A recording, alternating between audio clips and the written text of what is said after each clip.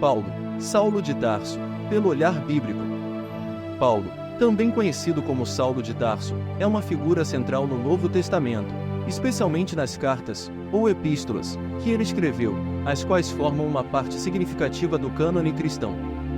Pelo olhar bíblico, sua vida pode ser dividida em dois momentos principais: antes e depois de sua conversão ao cristianismo. Antes da conversão. Saulo, o perseguidor dos cristãos. Saulo nasceu em Tarso, uma cidade da Cilícia, atual Turquia, e era um judeu da tribo de Benjamim.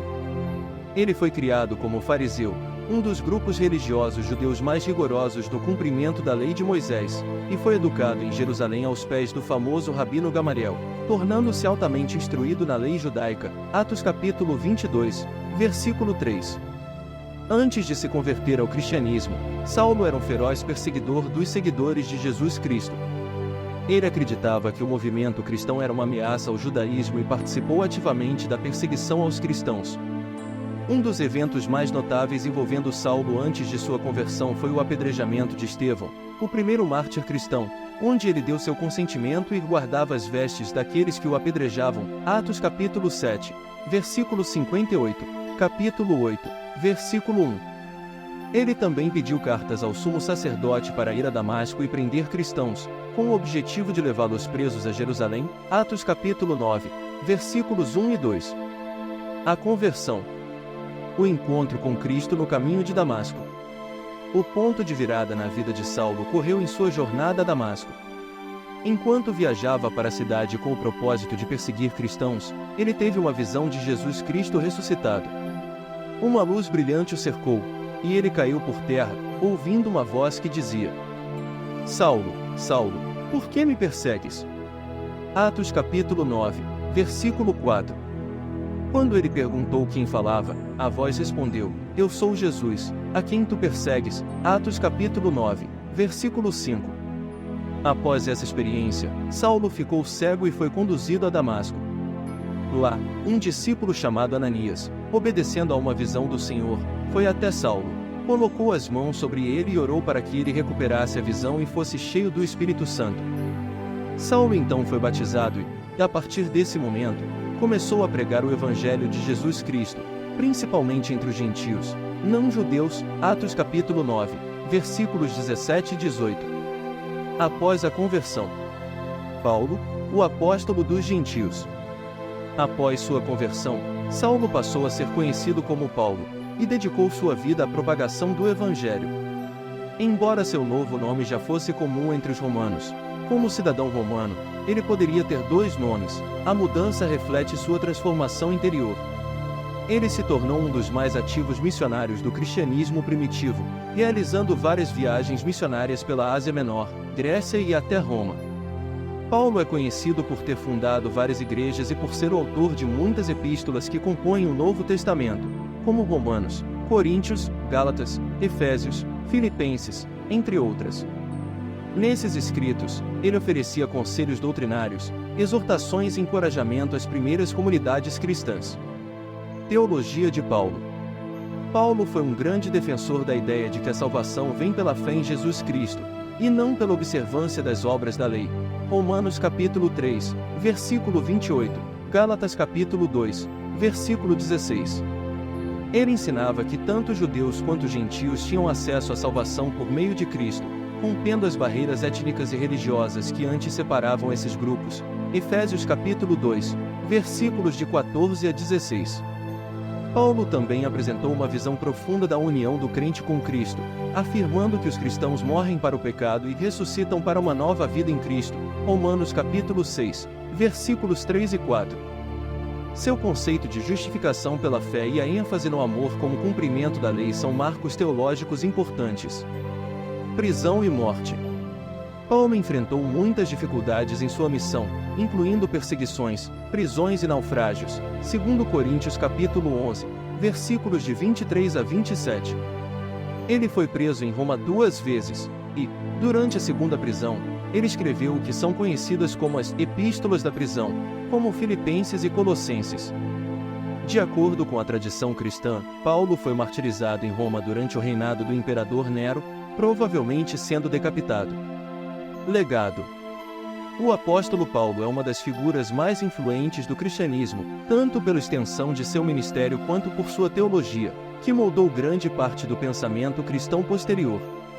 Suas cartas são uma fonte vital de ensinamentos sobre a fé cristã e continuam a ser estudadas e reverenciadas por cristãos em todo o mundo. Em resumo, Paulo é visto como um homem profundamente transformado pela graça de Deus, um missionário incansável, um teólogo perspicaz e um defensor fervoroso da fé em Jesus Cristo. Paulo, Saulo de Tarso, pelo olhar histórico e arqueológico. Pelo olhar histórico e arqueológico, Paulo de Tarso, ou Saulo de Tarso, emerge como uma figura de grande relevância tanto no contexto do Império Romano quanto na história do cristianismo. Ele é reconhecido como um dos principais responsáveis pela disseminação da fé cristã entre os povos não-judeus, gentios, ajudando a transformar o cristianismo de um movimento local, essencialmente judaico, em uma religião universal. Embora grande parte de nosso conhecimento sobre Paulo venha de fontes religiosas, como o Novo Testamento, especialmente o livro de Atos dos Apóstolos e suas cartas, algumas informações também podem ser contextualizadas à luz de evidências históricas e arqueológicas. Contexto histórico e cultural de Paulo. Cidadão romano e judeu. Historicamente, Paulo é identificado como um judeu da diáspora, nascido na cidade de Tarso, na província da Cilícia, que fazia parte do Império Romano. Tarso era um importante centro comercial e intelectual, conhecido por sua cultura grega. O fato de Paulo ser um cidadão romano, algo que ele menciona em suas cartas e no livro de Atos, Atos capítulo 22, versículos de 25 a 29, confere-lhe uma posição de destaque em seu tempo, dando-lhe direitos que muitos não possuíam, como o direito a um julgamento justo e a proteção contra certos tipos de punição, como o açoite. Educação e formação. A partir das fontes bíblicas e do contexto histórico, é provável que Paulo tenha recebido uma educação de elite. Ele estudou sob o famoso Rabino Gamaliel, Atos capítulo 22, versículo 3, o que sugere uma formação rigorosa na tradição judaica. Como fariseu, Paulo era profundamente conhecedor da lei mosaica e dos costumes judaicos.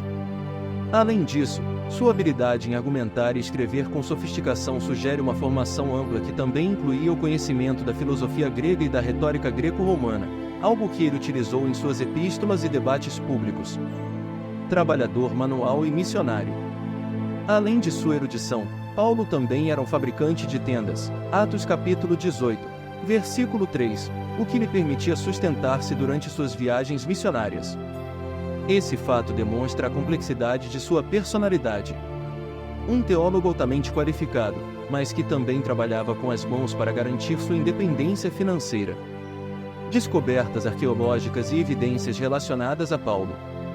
Embora Paulo não tenha deixado vestígios físicos diretos, os locais que ele visitou, mencionados no Novo Testamento, têm sido alvo de extensas escavações arqueológicas. Vários desses locais forneceram evidências que ajudam a compreender melhor o ambiente em que Paulo viveu e pregou. Tarso.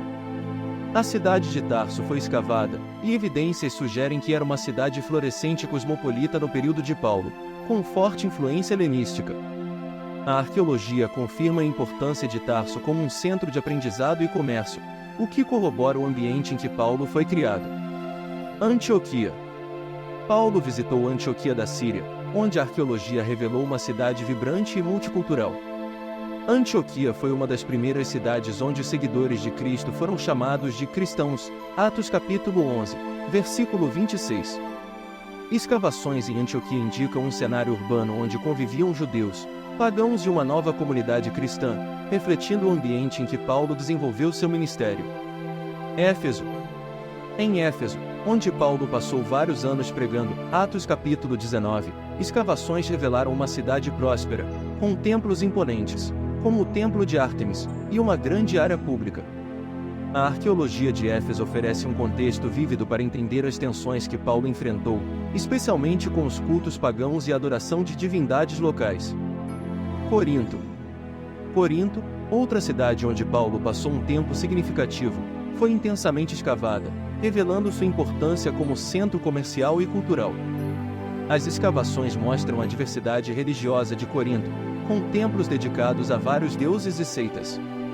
A bema ou plataforma de julgamento descoberta em Corinto é mencionada em Atos capítulo 18, versículos de 12 a 17, onde Paulo foi levado a julgamento perante Gário, um procônsul romano, fornecendo uma evidência concreta das interações de Paulo com autoridades romanas. Prisões e peregrinações. Roma, onde Paulo foi supostamente preso e, segundo a tradição, executado, também oferece um contexto arqueológico rico. Embora as evidências diretas sobre Paulo sejam limitadas, as prisões romanas, os sistemas legais e as práticas de execução, como a decapitação, presumida em seu caso devido ao seu status de cidadão romano, são bem documentados historicamente. Viagens e cidades visitadas por Paulo. Paulo realizou várias viagens missionárias ao longo do Mediterrâneo Oriental, documentadas tanto nas suas cartas quanto em Atos dos Apóstolos. Essas viagens ocorreram em áreas que hoje correspondem a Israel, Síria, Turquia, Grécia e Itália, e muitos desses locais foram objeto de escavações arqueológicas. Estradas romanas. A rede de estradas do Império Romano foi essencial para as viagens de Paulo. Ruínas de estradas, como a Via Egnatia, que ele usou para se deslocar pela Macedônia e Grécia, ainda podem ser vistas hoje. Essas vias foram fundamentais para facilitar a difusão do cristianismo primitivo, ao permitir o rápido deslocamento de pessoas e ideias. Cartas e comércio.